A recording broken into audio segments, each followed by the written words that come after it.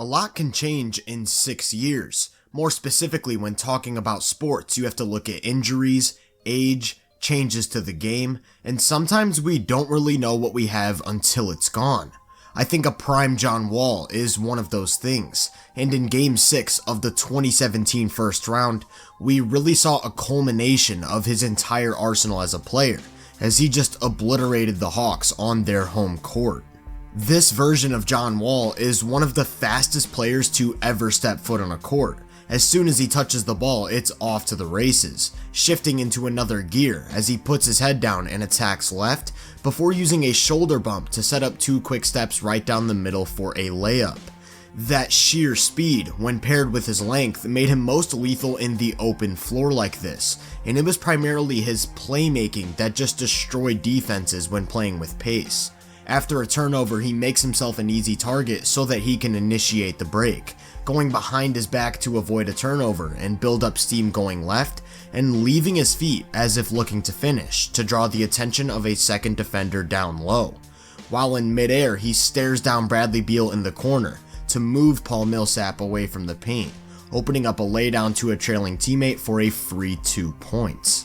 Here it is again, he beats his man with a behind the back dribble and charges down the middle to pull in multiple defenders, leaving Bogdanovic wide open in the corner as his warm-up triple just misses. This time he throws a lengthy crossover to get both feet down the middle of the lane, forcing a complete collapse that results in all 5 Atlanta defenders inside the paint.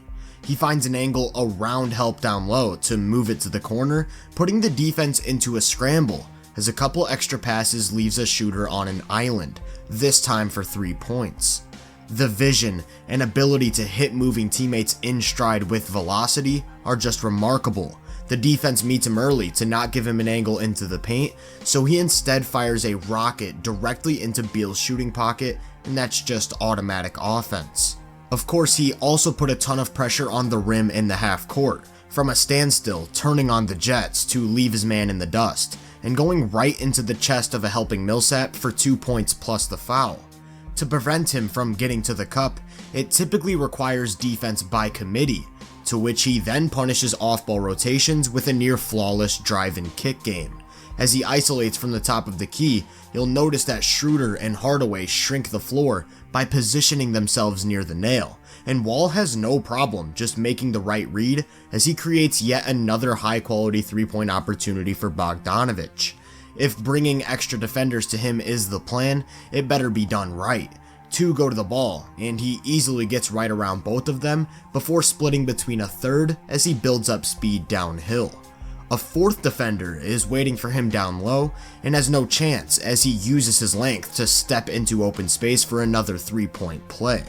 Not only was Wall a blur on the floor, he was also a pretty big 6'3". When his initial attack angle gets taken away, he drops the shoulder into his defender's core and bumps to set up a spin back towards the middle for a little jump hook over the top. And he'd routinely punish smaller defenders through these sort of hybrid post moves, turning his back to the basket from about 20 feet out and throwing a ferocious spin towards the baseline as he finishes at the rim with power. Here's the exact same thing, except this time instead of leaving him one-on-one, Millsap comes over to offer a second body. Wall immediately finds the open shooter for a great look from deep that doesn't fall. It's the same thing in the pick and roll, pausing at the nail and using his body to keep his defender from recovering and leading with the shoulder as he jumps into Millsap down low to create an angle on the finish.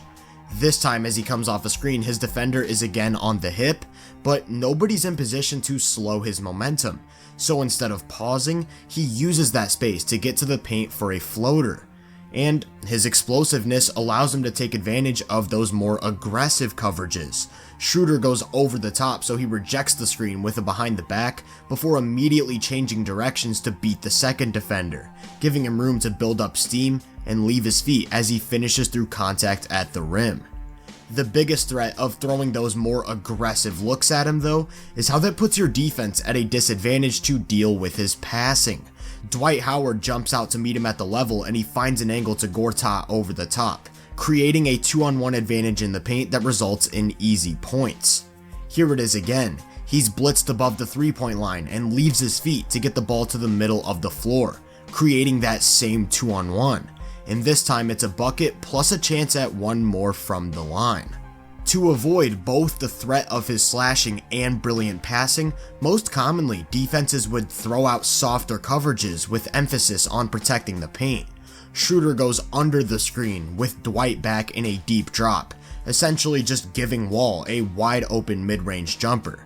Now, he was far from an elite shooter, but was more than comfortable pulling up inside the arc to punish these weaker coverages. What stands out is again the speed at which he gets the ball up off the floor. When Schroeder goes under and drops back, he's fully expecting Wall to attack that space as a driver, which is why he's almost buckled as he instead slams the brakes and rises for two from the elbow. This time Mike Muscala comes up a touch higher than a traditional drop, so when Wall comes off the screen with speed, he's forced to open up his hips and sell out to the paint, conceding that jarring free throw line jumper. Watch Millsap on this possession, not even thinking about leaving the paint as Wall just trots his way into open space near the wing and steps into a warm-up jumper.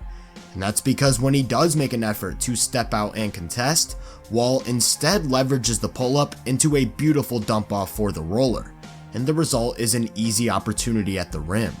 Wall would finish this game with 42 points and 8 assists on 71% true shooting, either scoring or assisting on more than half of Washington's made baskets, as the team marked a scorching 122 offensive rating. With that said, what took him to another level is that he was also an impact player on the defensive end. Here he's matched up with Hardaway on the wing, and as soon as Schroeder starts his attack, he slides down to the nail and strips the ball to force a turnover and jumpstart one of those fast breaks. He made a name for himself as one of the game's best rim-protecting point guards.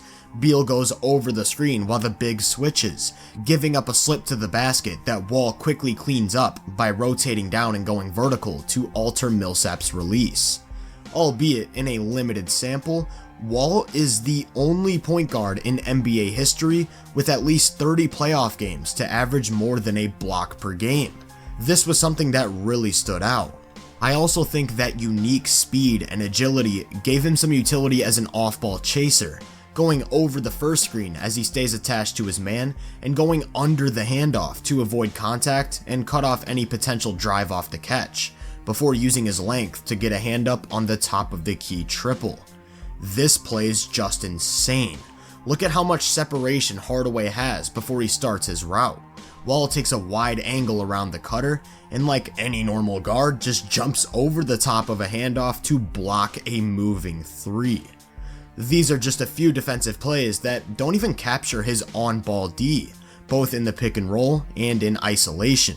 You pair that two-way capability with elite transition play and half-court driving, a solid mid-range game, and near-league best playmaking, and you get prime John Wall, one of the best point guards of the 2010s, and one of the most electrifying highlight players I've personally ever seen.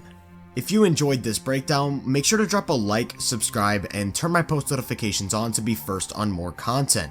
If you're interested in my more in-depth research, make sure to check out my website and social media profiles. You can find those links in the description.